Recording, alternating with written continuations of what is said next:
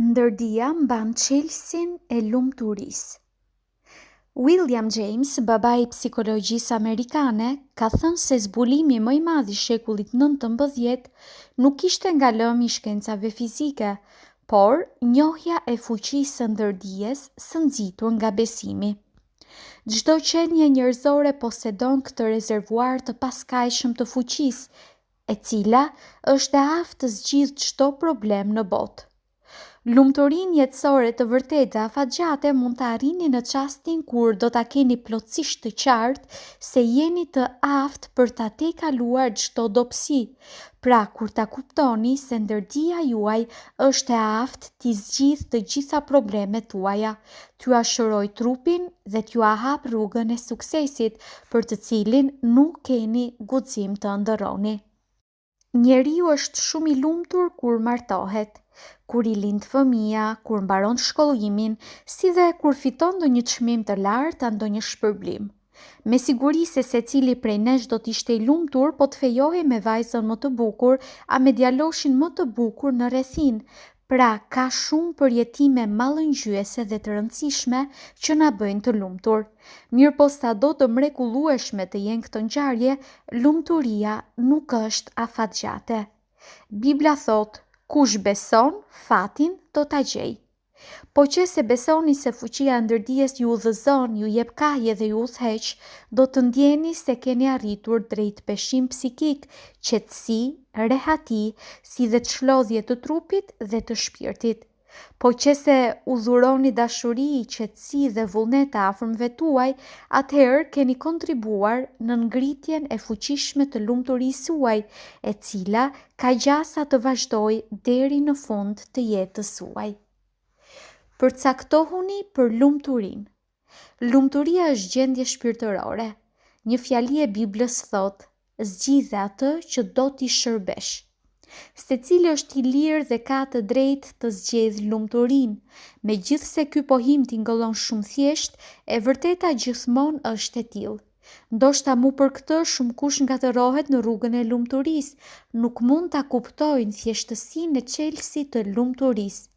Të vërtetat e mëdha jetësore janë të thjeshta, dinamike dhe kreative, por si rezultat sjellin lumturinë dhe mirëqenien. Ja edhe një citat nga Bibla ku Shën Pali tregon mënyrën se si me anë të mendimeve hapet rruga që çon ka një jetë plot lumturi. Së fundi, o vëllezër, mundohuni të keni për zemër gjithçka është e vërtetë, gjithçka është e ndershme, gjithçka është e drejtë, gjithçka është e pastër, gjithçka është e shenjtë, gjithçka është e denjë për dashuri, gjithçka është e denjë për lavdi, gjithçka është virtyt. Filipinja 4:8. Si ta zgjedhim lumturinë? Që tani filloni të përcaktoheni për lumturinë. Ja se si bëhet kjo. Në mëngjes, sa po të zgjoheni, thuajini vetes: ligji i përgjithshëm kujdeset për përditshmërinë time. Sot e tërë bota punon për të mirën time. Kjo ditë është e re dhe e mrekullueshme. Për mua kurrë më nuk do të lindë një ditë e tillë. Vazhdimisht më udhëheq dhe më drejton mençuria universale. Çdo veprimi im do të jetë i suksesshëm, më rrethon dhe më mbron dashuria e përgjithshme, prandaj bëj jetë të qetë. Po që se vëmendja, madje edhe për një çast, më largohet nga ajo që është e mirë dhe konstruktive, në të njëjtin moment do t'i kthehem të menduarit për bukurinë, për dashurinë dhe për mirëqenien. Unë jam një magnet shpirtëror dhe mendor që ka vetja tërheq çdo gjë që sjell mirëqenien dhe lumturinë. Çdo gjë që do të ndërmarr sot do të jetë një sukses i mrekullueshëm. Jam i sigurt se tërë ditën do të jem i lumtur. Le të jetë kjo mënyra e fillimit të secilës dite e jetës suaj, sepse kështu do ta zgjidhni lumturinë, si dhe do të jeni personi që do të shkëlqeni nga gëzimi dhe nga mirësia. Para ca vitesh, në bregun verior të Irlandës, tek një bujk qëndrova rreth një javë. Nikoqiri ishte njeri i jashtëzakonshëm dhe shumë gazmor, gjatë tërë ditës këndonte, fishkëllente ose bënte ndonjë shaka. Ku qëndron fshehtësia e lumturisë suaj? E pyeta. Lumturinë e kam shprehi, mu përgjigj ai, dhe shtoi, çdo mëngjes posa zgjohem, si dhe çdo mbrëmje para gjumit, lutem duke i dëshiruar dëshira të mira familjes, të korrave, kafshëve shtëpiake, si dhe i falenderohem Zotit për pasurinë që posedoj. Ky fshatar pra kishte krijuar shprehi të veçantë personale, së cilës i përmbahej plot 40 vjet. Siç është e njohur, mendimet që shpesh dhe me rregull përsërisim depërtojnë në ndërdije dhe bëhen pjesë të personalitetit. Miku im, bujku irlandez, e kishte të vërtetën e madhe. Lumturia është shprehi. Njeriu duhet të dëshirojë lumturinë. Kur është në pyetje lumturia, është shumë e rëndësishme ta dëshironi atë me sinqeritet. Disa njerëz, duke qenë në gjendje të dekurajuar, të raskapitur dhe të pikëlluar, në rastet kur ndonjë lajm i gëzuar ai mrekullueshëm papritmas i bën të lumtur, me siguri do të thonë, kjo lumturi nuk mund të jetë e mirë. Ata deri në atë masi janë adaptuar pikpamjes mendore negative, saqë në lumturi nuk ndihen mirë, madje ndjejnë nostalgji për gjendjen e tyre shpirtërore shtrënguese të mëparshme. E kam njohur një grua angleze e cila vite me radhë vuante nga reumatizmi. Zakonisht u binte gjunjve me shuplakat e veta dhe thoshte, sot ndihem shumë keq. Reumatizmi ka filluar të më mundoj aq shumë sa që nuk mund ta luaj as hapin më të vogël. Ndihem e mjeruar dhe e mbyllur në shtëpi. I biri, e bia dhe fëmijët me përpikri kujdeseshin për këtë zonjë të vjetër e të dashur. Ajo nga ana e vet gati sa kënaqej me sëmundjen, me mjerimin e vet, siç e quante reumatizmin. Ajo sipas të gjitha gjasave madje as nuk dëshironte të ishte e lumtur. I pata propozuar metodë të posaçme të shërimit, ja shkrova disa citate biblike duke i thënë se nëse do t'ua kushtoj vëmendjen e duhur, qëndrimi i saj mendor domosdo do të ndryshoj, si dhe do ta mundësoj lindjen e besimit dhe të shpresës për përditjen e shëndetit të saj të çrregulluar. Mirëpo, kjo zonjë nuk tregonte kurfar interesimi për këtë. Me sa duket, shumë njerëz posedojnë tipare morbide të futura thellë në karakterin e tyre. Për çarsye, ata ndjejnë kënaqësi duke qenë të pafat dhe të pikëlluar. Pse të përcaktoheni për pafatësinë tuaj? Një numër i madh njerëzish përcaktohen për pafatësinë e tyre sepse nuk janë të aftë i zhdukin nga mendja idetë vijuese. Sot është një ditë e zezë për mua, asgjë nuk më shkon për dore, nuk do të më shkoj për dore ta bëj këtë punë. Të gjithë i kam kundërshtar, puna nuk më shkon si duhet, ndërsa më pastaj do ta kem edhe më keq. Gjithnjë arrin me vonesë të madhe, të gjithë përveç meje ja arrin qëllimit e tjerë. Nëse çdo mëngjes e filloni me qëndrime të tilla mendore, vetes do t'ja ngarkoni të gjitha brengat e lartë përmendura dhe do t'jeni tepër të pafat. Tashmë duhet të kuptoni se bota ku jetoni kryesisht varet nga ajo se ç'është duke ndodhur në mendjen tuaj.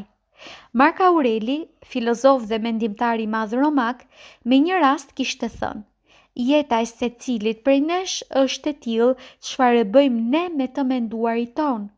Filozofi i madh amerikan Emerson ka shkruar: njeriu është ai për çfarë mendon gjatë ditës. Pra, mendimet që zakonisht i ruani në mendjen tuaj tentojnë të materializohen si ngjarje të vërteta. Përpiquni që të mos ju kaplojnë mendimet negative, të pajtuarit me fatin ose pikëllimi. Përkujtojeni veten se nuk është e mundur të përjetoni asgjë jashtë mendjes suaj. Do t'isha i lumtur po të kisha $1.000.000. Në spitale për sëmundje shpirtërore ka shumë pacientë që posedojnë pasuri të madhe, por që ndjehen si të mirë pa asnjë metalik. Ata në spitalet të tilla janë shtruar nga psikoza, nga paranoja e nga dëshpërimi I skamjes. Pra, pasuria më vete nuk do të thotë edhe lumturi. Nga ana tjetër, ajo nuk është as pengesë për lumturi. Sot shumica prej nesh vetes mundohen t'ja blejnë lumturinë duke u furnizuar me mall të konsumit të gjerë, televizor të shtrenjtë, automobila, jahte e tjerë. Por lumturia kurse si nuk mund të blihet. Mbretëria e lumturisë gjendet në mendimet dhe në ndjenjat tuaja. Një numër I madh njerëzish mendojnë se për lumturi nevojitet diçka nga jashtë dhe pohojnë, do t'isha I lumtur po që se më zgjedhin për shef, për drejtor a për udhëheqës, po që se përparojnë në detyra në shoqëri. E vërteta megjithatë thotë se lumturia paraqet gjendje shpirtërore dhe mendore të njeriut. Asfar pozite shoqërore nuk do të sillte domosdo lumturinë. Forca, gëzimi dhe lumturia fshihen prapa njohjes së ligjshmërisë së përgjithshme, e cila është e vendosur thellë në ndërdije dhe pas përdorimit të drejtë të kësaj ligjshmërie gjatë tërë jetës. Lumturia paraqet dëshirat e mendjes së qetë. Para ca vitesh, derisa ligjëroja në San Francisco, pata njohur një njeri teje të brengosur për shkak të marrëdhënieve të veta në vendin e punës. Ai kryente funksione të udhëheqësit të një organizate të madhe afariste. E prorët e tij, drejtori dhe nënkryetari e mërzisnin dhe e neveritnin. Ndjente se si ata gjithnjë I kundërviheshin. Për shkak të konfliktit të tyre, puna në organizat shkonte mjaft dobët, pothuajse nuk kishte kurfar fitimi. Ja se në çmë mënyrë ai e kishte zgjidhur problemin e vet afarist. Në mëngjes, me t'u zgjuar nga gjumi, qetë dhe I vendosur thoshte: "Të gjithë të punësuarit e organizatës son janë të ndershëm, të sinqert, besnik, të vullnetshëm dhe të gatshëm për të bashkëpunuar." Ata, hallkat mendore dhe shpirtërore, I paraqesin me zinxhir të zhvillimit, të suksesit dhe të mirëqenies së korporatës son. Kolegët e mi të punës I shoh me dashuri, me qetësi dhe në të gjitha mendimet e tyre I udhëheq principi I përgjithshëm. Inteligjenca e paskajshme, vendimet I bien nëpërmjet meje, kështu që në çdo haptonin afarist dhe në marrëdhëniet tona reciproke qëndron vetëm veprimi I drejtë. I dërgoj lajmëtarët e qetësisë, të dashurisë dhe të vullnetit që para se të hyj brenda ambientin rrethon vendin tim të punës të ma fisnikëroj. Paqja dhe harmonia mbretërojnë në tërë organizatën tonë. Fillon ditë e re, ndërsa në të hyj me plot besim dhe me shpresë. Varkun e tillë të pohimeve pozitive ai e përsëriste për çdo mëngjes, duke e ndjerë realitetin e tij. Kur I ndodhte që gjatë ditës ta hetonte paraqitjen e shqetësimit dhe të frikës, menjëherë I thoshte vetes: "Qetësia dhe harmonia përgjithmonë e kanë pushtuar shpirtin tim." Së fundmi kishte shkuar për dore që plotësisht ta disiplinonte mendjen e vet. Mendimet e dëmshme nuk I silleshin më vërdall, ndërsa e kishte kapluar qetësia shpirtërore. Kështu që ai me sukses I kishte mbaruar shirjet e pritura. Pas vetëm 2 javë durimi, drejtori dhe zëvendës drejtori e kishin thirrur në kolegium. Ata e kishin përuruar për veprimet e veta profesionale dhe për idetë e tij konstruktive, duke I deklaruar se organizatën e tyre në udhëheqjen e tij e presin aktivitete të reja teje të suksesshme. Kështu, ai zbuloi se çelësi I lumturisë fshihet tek vetë njeriu. Pengesa nuk është aty ku mendohet se është. Para ca vitesh e pata lexuar një artikull që fliste për një kal I cili ishte ngatëruar në një kërcu që ndodhej rreth rrugës. Nga ky rast, sa herë që arrinte aty, ai nuk pranonte të vazhdonte më tutje. Fshatari e kishte nxjerrë kërcurin, e kishte djegur dhe e kishte rrafshuar vendin ku ndodhej kërcuri. Mirëpo edhe gjatë 10 vjetëve të ardhshme, ky kal me vështirësi kalonte pranë vendit të cekur. Pra ai shqetësohej nga rasti që I kishte ndodhur.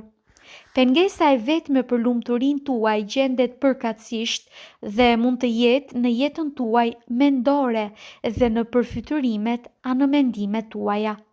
Frika ose brenga a mund t'i frenoj veprimet tuaja?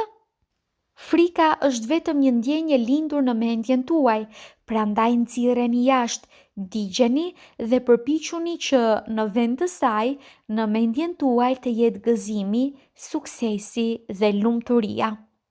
E kam njohur një njeri që nuk ishte pasur sukses në punë, më kishte thënë: "Bëja gabime të pamatura, tash mësova shumë gjëra, do të kthehem në punë, kësaj radhe do të arrij sukses të shkëlqyer." Ç'kishte bërë ai? Ishte kundërvën pengesës që gjendej në mendjen e tij, në vend se të ankohej, të shprehte pakënaqësi dhe në vend se ta ushqente mendjen me mendime negative, ai e kishte shkatëruar përfytyrimin për mos sukses dhe i armatosur me besim në fuqitë e ndërdijes së vet, ishte nisur ka lumturia. Besoni në vetvete, sepse do të arrini suksese dhe lumturi. Njerëzit më të lumtur. Njeriu më i lumtur është ai që vazhdimisht mendon për vetitë e veta më të mira dhe që përpiqet i materializojë ato për t'i nxjerrë në dritë. Më të mirët nuk janë gjithmonë edhe më të lumturit, por më të lumturit janë gjithmonë më të mirët për jetë të suksesshme. Mençuria e përgjithshme e ndërdijes paraqet pjesën më të mirë të secilit njeri. Gjeni mënyrën për ta shprehur së paku një pjesë të dashurisë, të së vërtetës dhe të bukurisë të këtij principi universal në mënyrë që të radhiteni në radhët e njerëzve më të lumtur në botë. Epikteti, filozof grek i stoicizmit, një herë pati thënë: "Vetëm një rrugë çon ka lumturia dhe ka qetësia shpirtërore. Prandaj, gjithnjë duhet të jemi të gatshëm për t'ja mësyer kësaj rruge. Në agun e hershëm dhe në mbrëmjen e vonshme, kthejuni vetes dhe do ta shihni dritën." Pasqyra e shkurtër e këshillave për lumturi. William James ka thënë se fuqia e ndërdijes e bazuar në besim paraqet zbulimin më të madh të shekullit të 19. Tek ju fshihet fuqia e madhe, po arritët i besoni kësaj fuqie, do të gjeni lumturinë. Vetëm me atë rast do të realizoni ëndrat tuaja të përparshme dhe të tashme. Mendimën e fuqisë çuditëbërëse të ndërdijes suaj mund ta tejkaloni çdo disfat dhe mund t'i largoheni çdo fatkeqësie. Pikërisht këtu qëndron rëndësia e pohimit biblik. Kush respekton Zotin, beson në ligjet e ndërdijes, do ta gjejë lumturinë. Domosdo duhet përcaktuar për lumturi, ajo është shprehi, përkujtojeni sa më shpesh citatin nga porosia drejtuar Filipinëve 4:8. Në mëngjes me të hapur syt, thuajini vetes: "Sot po përcaktohem për lumturi, për sukses, për veprime të mira, për dashuri e vullnet, si dhe për qetësi shpirtërore." Frymëzojeni dashurinë, jetën dhe profesionin tuaj me këto pohime në mënyrë që ta zgjidhni lumturinë. Shumë herë në ditë shprehni mirënjohje për lumturinë tuaj, bëjeni këtë edhe në emër të të afërmëve tuaj, të familjes, të miqve, të kushërinjve, por edhe në emër të të gjithë njerëzve në botë.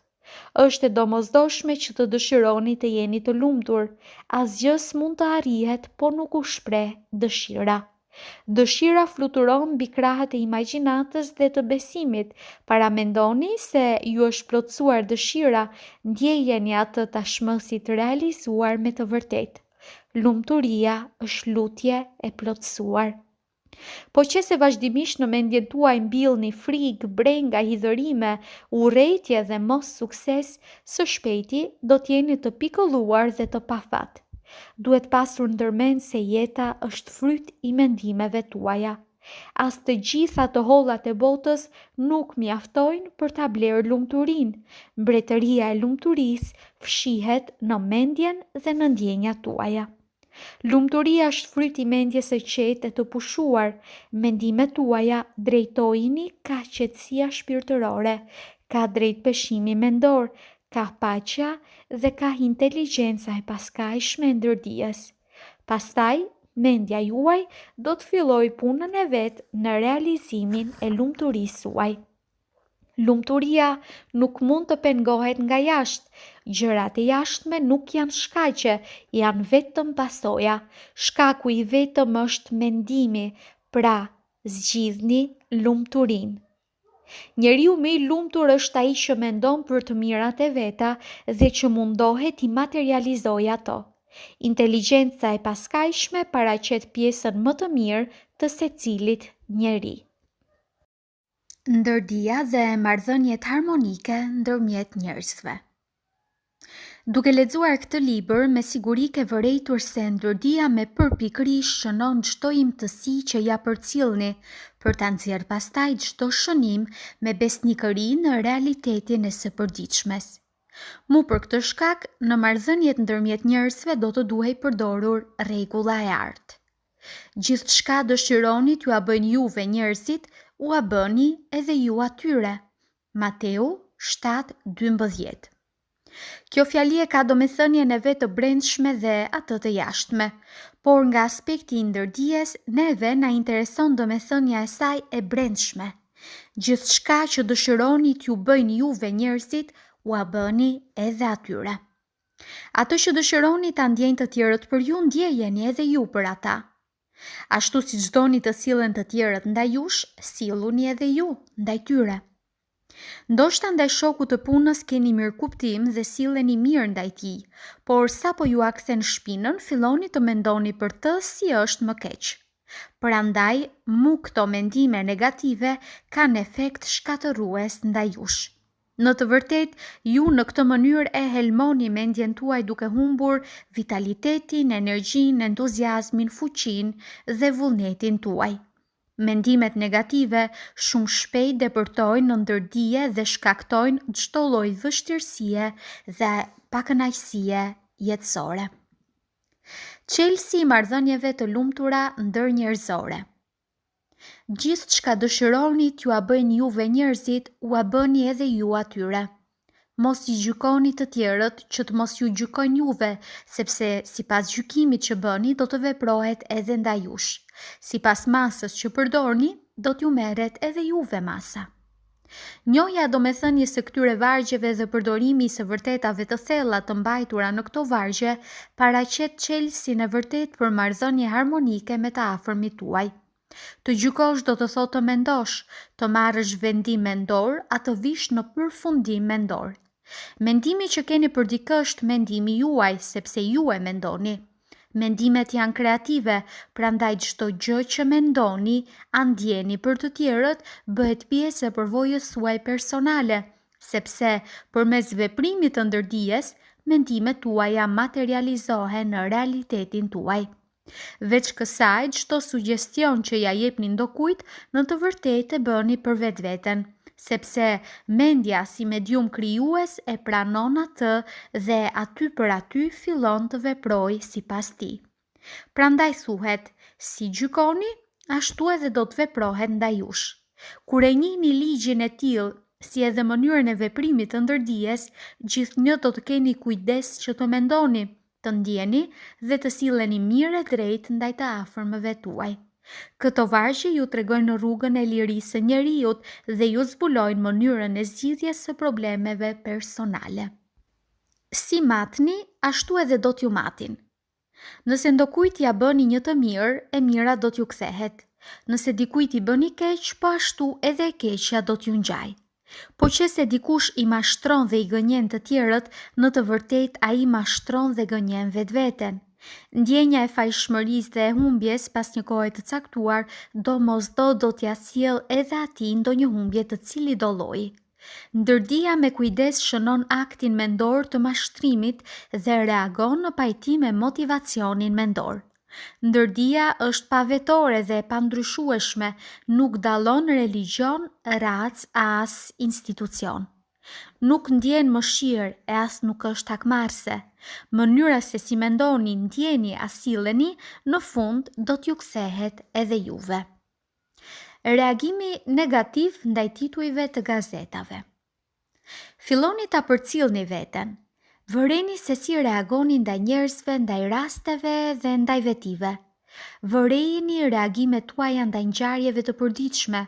Po u bët një vështrim titujve të gazetave ditore, a do të mund t'ju shqetësojnë ato?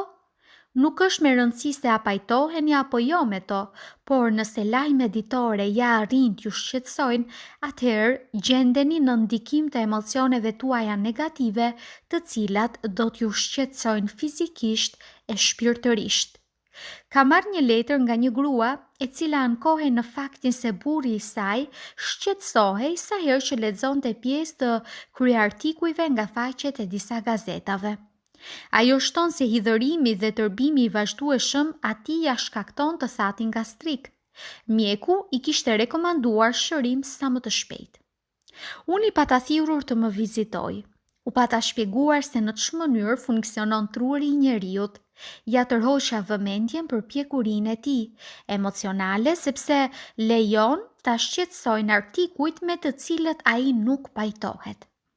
Pas bisedës me mua filloi të kuptonte se gazetarëve duhet t'ja lënë lirinë të shprehurit, pavarësisht se a pajtohemi apo jo me ta në planin politik, fetar a në ndonjë plan tjetër. Ngjashëm me këtë, gazetarët do të duhet t'ju sigurojnë lexuesve të vet lirinë e të shprehurit të pakënaqësisë me mënyrën e të shkruarit të gazetës së tyre. Bashkëbiseduesi im kuptoi se mund të shprehet mospajtimi edhe pa pasoja të padëshiruara. E zbuloi të vërtetën e thjeshtë se nuk e godisnin fjalët a veprimet e njerëzve përreth, por vetëm mënyra e reagimit të tij ndaj veprimeve dhe fjalëve të atilla. Shpjegimi i tillë e shëroi bashkëbiseduesin tim. I rekomandova edhe disa pohime pozitive, të cilat do të duhet t'i përsëriste për çdo mëngjes sapo të zgjohej nga gjumi. Bashkëshortja e tij më vonë më kishte treguar se pas një kohe të caktuar, ai kishte qenë në gjendje të qeshej kur lexonte ndonjë pjesë të kryeartikujve të gazetave me të cilat nuk pajtohej. Pra, ato tashmë nuk mund ta shqetësonin, ta hidhëronin ose ta tërbonin. Gjithashtu, të arriturit e baraspeshës emocionale i solli edhe qetësimin e plot të thatit gastrik. I urrej gratë, ndërsa meshkujt i dua. Një sekretare e një kompanie të madhe ishte hidhëruar me koleget e veta të zyrës, sepse ato vazhdimisht e intrigonin dhe, siç thoshte ajo, përhapnin gënjeshtra të shëmtuara për të. Kështu që ajo e pranonte se nuk i donte femrat. Më kishte thënë, i urrej gratë, ndërsa meshkujt i dua. E kisha hetuar se në punësve, paksa më të ulta për nga pozita, u drejtohej duke ja dhënë lart me një ton irritues dhe me zë urdhëri. Ajo më tej pohonte se të gjitha ato ndjejnë kënaqësi kur kësaj shkaktojnë ndonjë pakënaqësi. Në të vërtetë, ajo gati të gjithave u drejtohej disa si me mendje madhësi, kështu që linte përshtypje të keqe tek bashkëbisedueset. Po qëse të gjithë të punësuarit në fabrikë, në ndërmarrja, në institucionin tuaj, ju qesin nga takti, a ju a merr mendja se ndoshta ekziston mundësia që përpolitjet negative t'i shkaktojnë ndonjë model i ndërdijes suaj a ndonjë përfytyrimi juaj? Është e njohur se qentë reagojnë me gërsi ndaj personave që i urrejnë qentë. Pra kafshët i ndjejnë përpolitjet negative dhe reagojnë në pajtim me to. Shumë njerëz nga ky aspekt janë të ndjeshëm njëlloj sikurse qentë, macet dhe kafshët e tjera. Sekretares së cekur i propozova të ushtronte terapinë me lutje, duke i sqaruar se në çastin kur fillon të njësohet me vlerat shpirtërore, si dhe kur fillon t'i përsërisë të vërtetat jetësore, aty për aty do të zhduket zëri i saj i rrept, mendjemadhësia e saj dhe urrejtja që ndjente ndaj grave. Ajo ishte befasuar kur kishte parë se urrejtja shumë lehtë shihet nga të folurit e njeriut, nga veprimi i tij dhe nga dorëshkrimet që i bën gjatë tërë jetës së tij. Me të dëgjuar këshillën time, ajo ngadalë filloi ta ndryshojë mënyrën e reagimit të vet të mëparshëm për plot neveri. Së bashku, formuam një varg pohimesh, të cilat në mënyrë sistematike, rregullisht dhe me vetëdije i përsëriste në zyrën e vet. Ja si tingëllonte lutja e saj. Mendoj, flas dhe veproj me dashuri dhe me trup e me shpirt të qetësuar.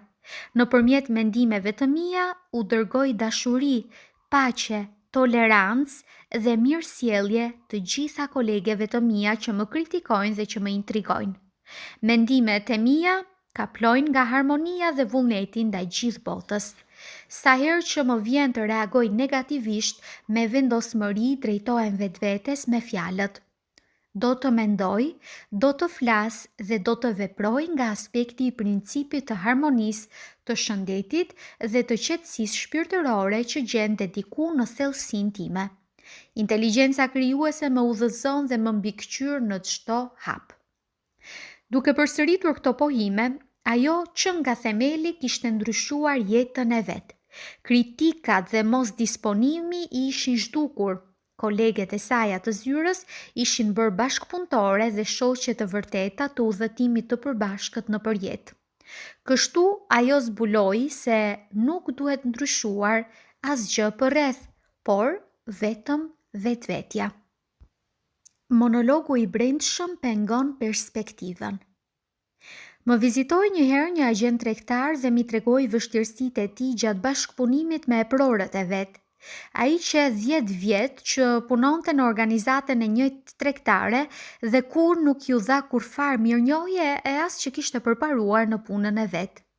Të dhënat që tregonin suksesin e tij të shitjes ishin dukshëm më të mira se sa ato të kolegëve të tij nga lëmi i njëjtë. Eprori i vet nuk e donte, ndaj tij ishte sjell shumë herë me padrejtësi, ndërsa gjatë ubimeve publikisht i poshtëronte propozimet e tij. Unë i shpjegova se shkaktar për marrëdhënie të tilla ishte kryesisht ai vetë dhe se qëndrimet dhe bindjet e tij ndaj eprorit me siguri nuk ishin fare më pozitive. Sipas masës që përdorni, do t'ju merret edhe juve masa. Masa e tij mendore gjithsesisht për fytyrimi i tij ndaj eprorit ishte se kishte të bëjë me një person keqbërës dhe keqdashës, ndaj të cilit ai ndjente neveri dhe armiqësi.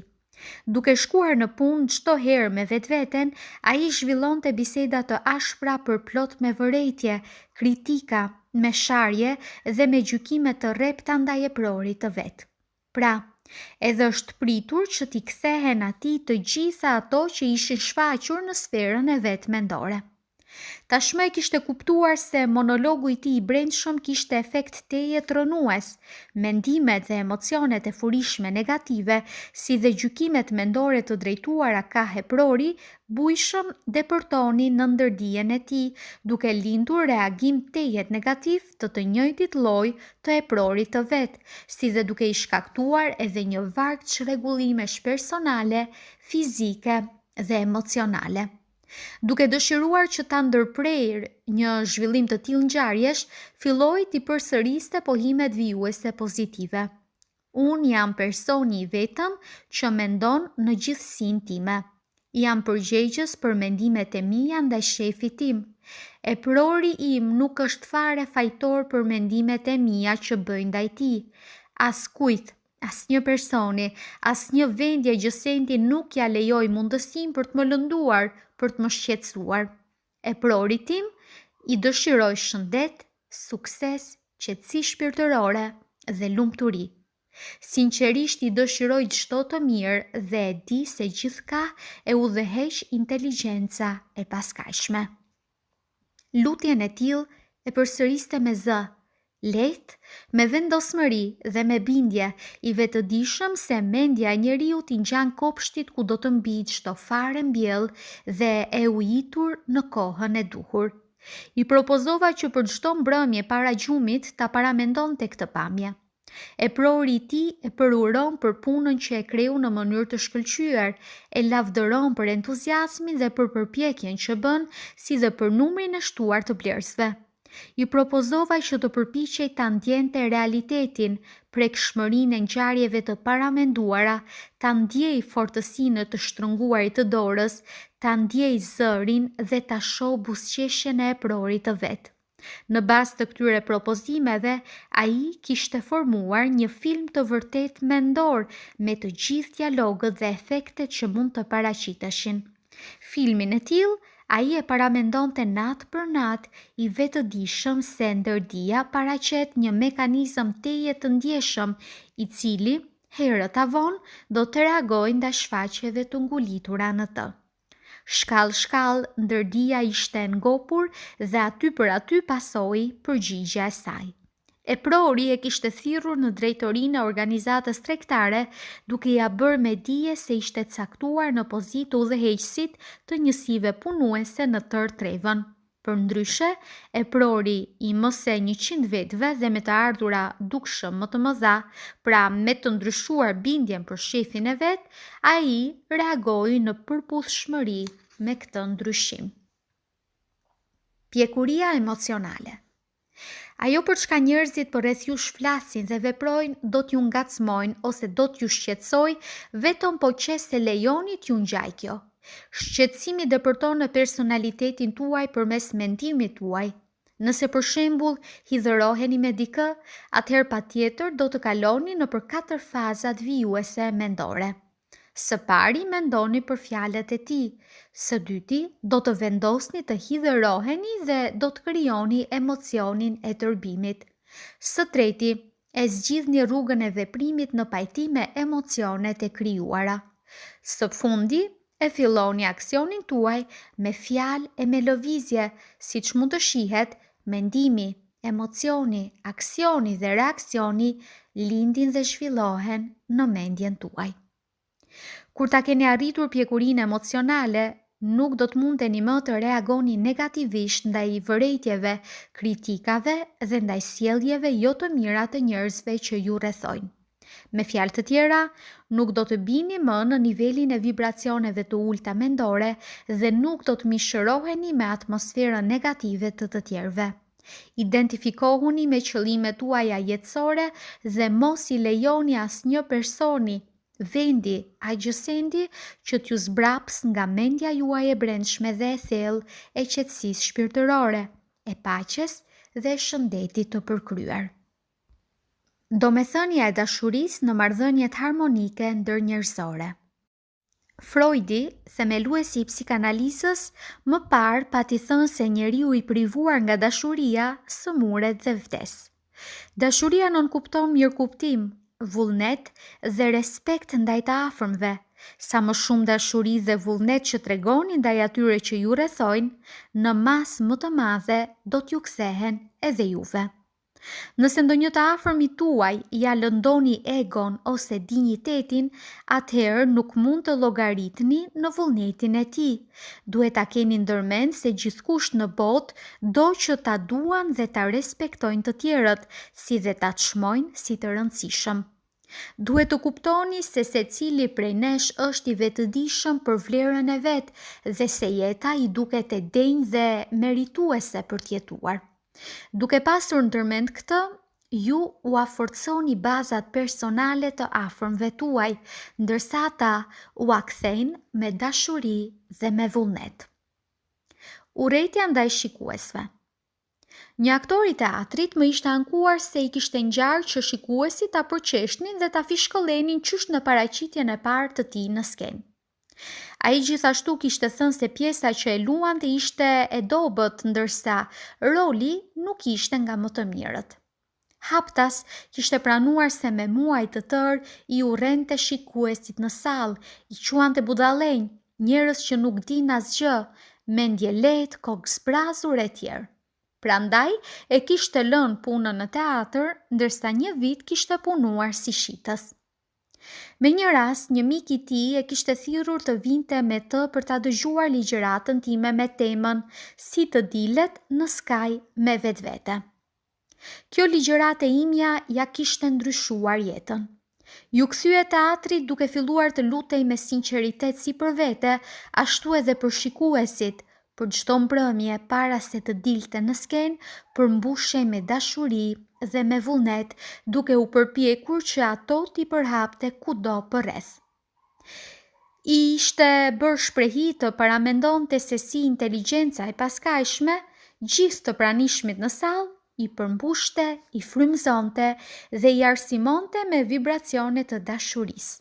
Sot është një aktor i madh, i do dhe i respekton njerëzit, si dhe shkëlqen nga vullneti dhe nga respekti që ka.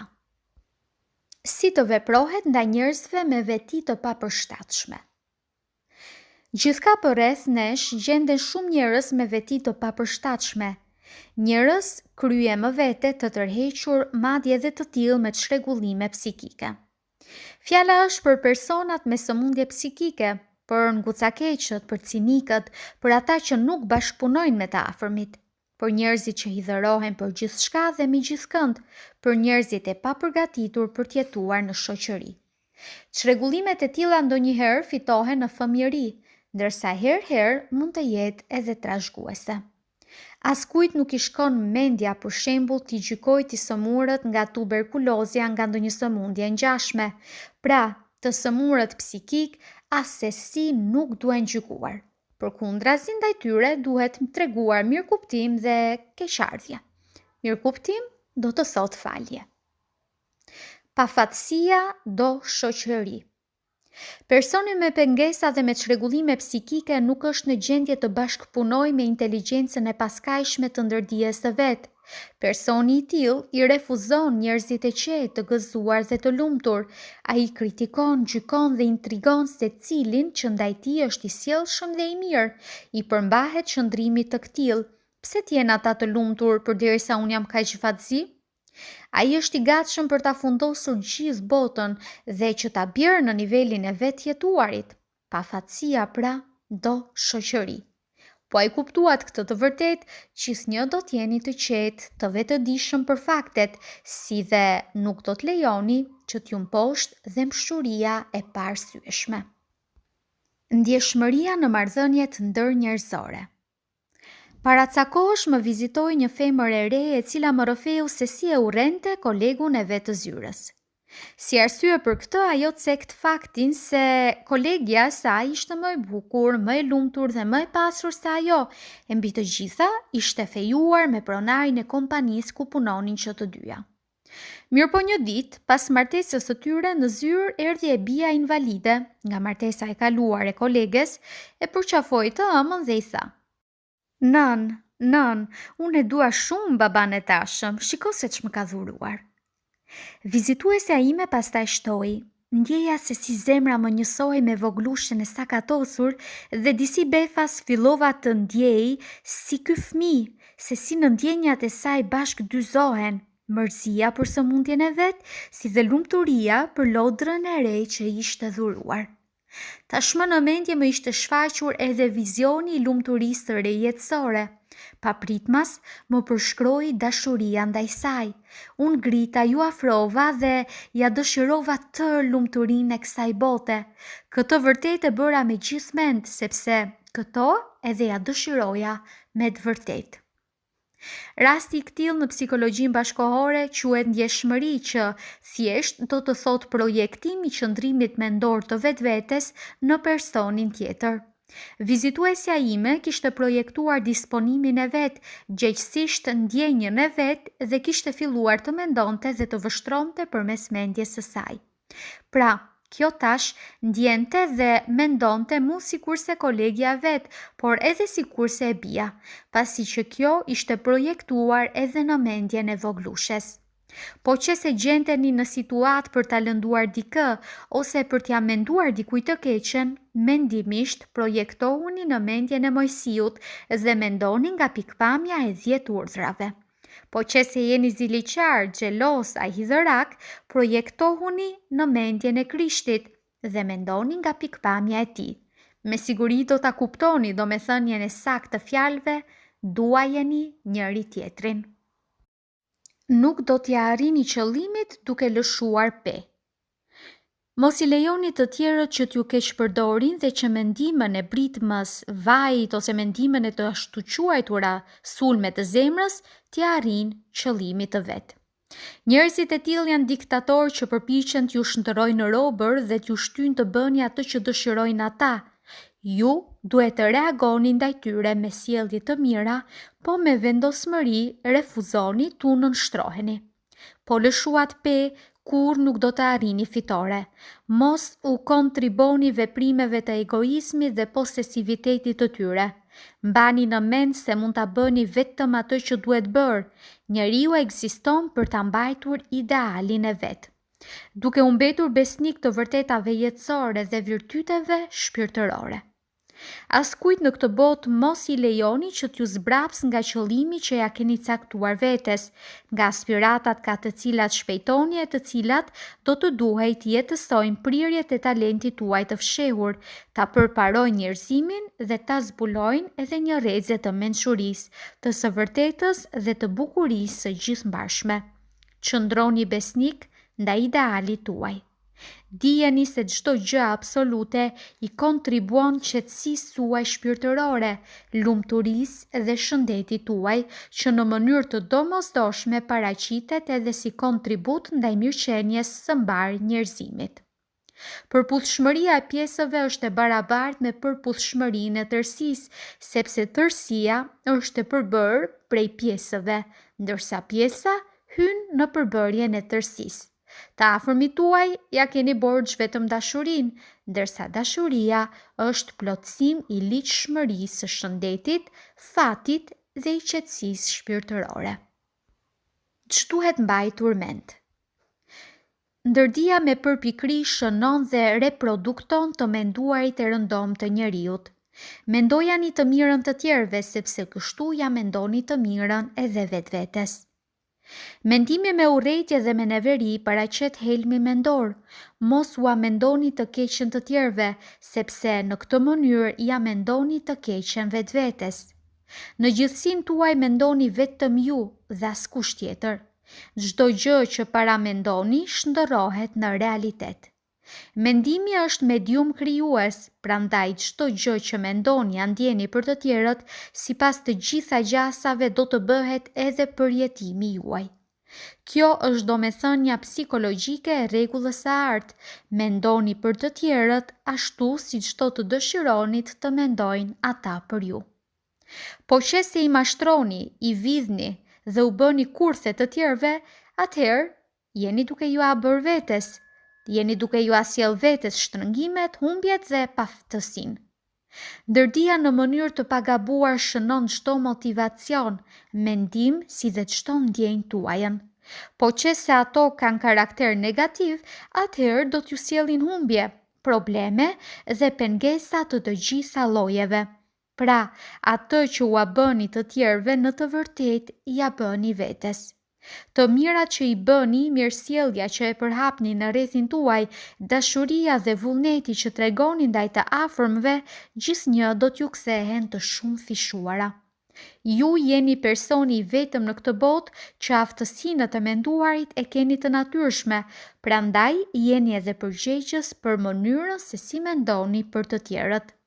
Mbani mend se njerëzit që ju rrethojnë nuk janë fare fajtor për mënyrën se si mendoni për ta, po këtë çast mendoni për personin që keni pranë. Përpiquni që ta arrini pjekurinë emocionale dhe lërini të tjerët që të mund të dallohen nga ju. Çdo kush ka të drejtën e vet të përsosur që të mos pajtohet me ju, njëlloj siç dispononi edhe ju lirinë e plot për të mos rënë me çdo kusht në pajtim me çdo kënd. Gjithnjë mos bini në pajtim, por njëkohësisht mos u bëni as të mërzitshëm. Qeni e ndjen frikën tuaj, prandaj edhe leh pas jush. Mirë po qëse i doni ata, atëherë ai nuk do t'ju sulmoj kurrë. Shumica e njerëzve janë të ndjeshëm njëlloj sikurse qentë, macet dhe shtazet e tjera.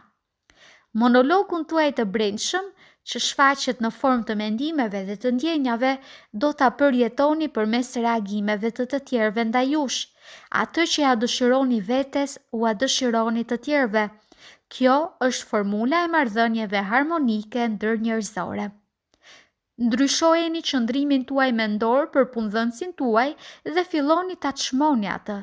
Dijeni mirë se edhe ai vepron sipas rregullës së artë dhe sipas ligjit të dashurisë, kështu që do të përgjigjet në mendimet tuaja. Të tjerët mund t'ju tërbojnë ose t'ju shqetësojnë vetëm nëse i lejoni t'ju a bëjnë këtë. Mendimi juaj është krijues, prandaj duhet të mposhtni ata me mendime pozitive. Po ju ofendojnë ndokush, keni të drejtë i thoni, inteligjenca e paskajshme ta plotson mendjen. Si të dilet në skaj me të afërmit? Përgjigja më e mirë e kësaj pyetjeje është dashuria, mirëkuptimi, vullneti dhe respekti ndaj të afërmit. Askush nuk mund ta urrejë invalidin a njeriun e sakatosur. Ndaj të tillëve duhet pasur gjithmonë ndjenjë dhe mshurie. Kini edhe ndjenjë mirëkuptimi e keqardhjeje për të sëmurët psikik, të cilët negativisht janë të kushtëzuar. Ta kuptosh dikë do të thotë t'ja falësh gabimin. Let ju gëzoj suksesi i të përparuarit dhe mirëqenia e të afërmve tuaj, sepse kështu vetes ja sillni lumturinë. Kurse si mos lëshoni pe për shkak të skenave të ndryshme emotive dhe për shkak të tërbimit të tjerëve. Duke lëshuar pe nuk arrihet qëllimi, mos lejoni që të bëheni vegël e kujtdo qoftë. Mundohuni të jeni të drejtë, ruajeni idealin tuaj duke qenë të vetëdijshëm se vetëm qëndrimi mendor, i cili krijon rehati, lumturi dhe gëzim, është qëndrim i drejtë, i mirë dhe i vërtetë. Ajo që ju sjell mirëqenie juve, u sjell edhe të tjerëve. Të afërmve ua keni borxh dashurinë, e dashuri do të thotë t'u dëshironi të tjerëve ato që ja dëshironi vetes, shëndet, lumturi dhe mirëqenie.